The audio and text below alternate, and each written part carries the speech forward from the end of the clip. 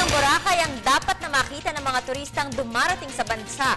Katunayay marami pang hindi nakikita at na-explore na kagandahan. At isa nga rito ang beach sa Surigao del Sur.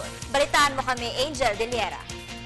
Ibagong natuklas ang likas na yaman na maaaring makahanay sa ganda ng Boracay sa kanyang malinaw na tubig dagat at malapulbos na buhangin.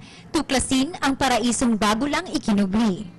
Lingid sa kalaman ng karamihan, sinasakupan ng Surigao del Sur ang kaaliwalas ng Britannia Islands, Tunuyan Falls at Enchanted River. Kabilang na ang hindi nagaanong tinatagong ganda ng Space Bar Beach Resort na makikita sa Caguait, Davao del Sur. Ang kanilang mga amenities ay sapat na para sa mga gustong magliwaliw at sa gusto lamang makapagpahinga. Ang mga kwarto at espasyo na inaarkilahan para sa mga tent ay nakahanda palagi para sa mga bisita. Mga bata at sa mga gustong bumalik sa pagkabata ay maaring lumubog sa kanilang pool gamit ang pinakamahabang slide na matatagpuan lamang sa resort.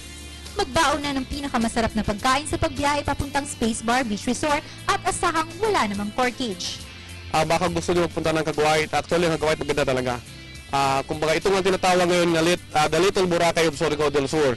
Malinis, peaceful. Kumbaga, bagong discovery ito sa Surigao del Sur. Ang Space Bar Beach Resort ay 5 oras ay galing sa lungsod ng Davao at 3 oras na biyahe kapag galing naman sa Butuan.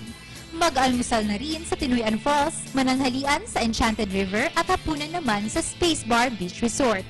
Para sa Telebisyon ng Bayan, Angel Pizarro de Liera.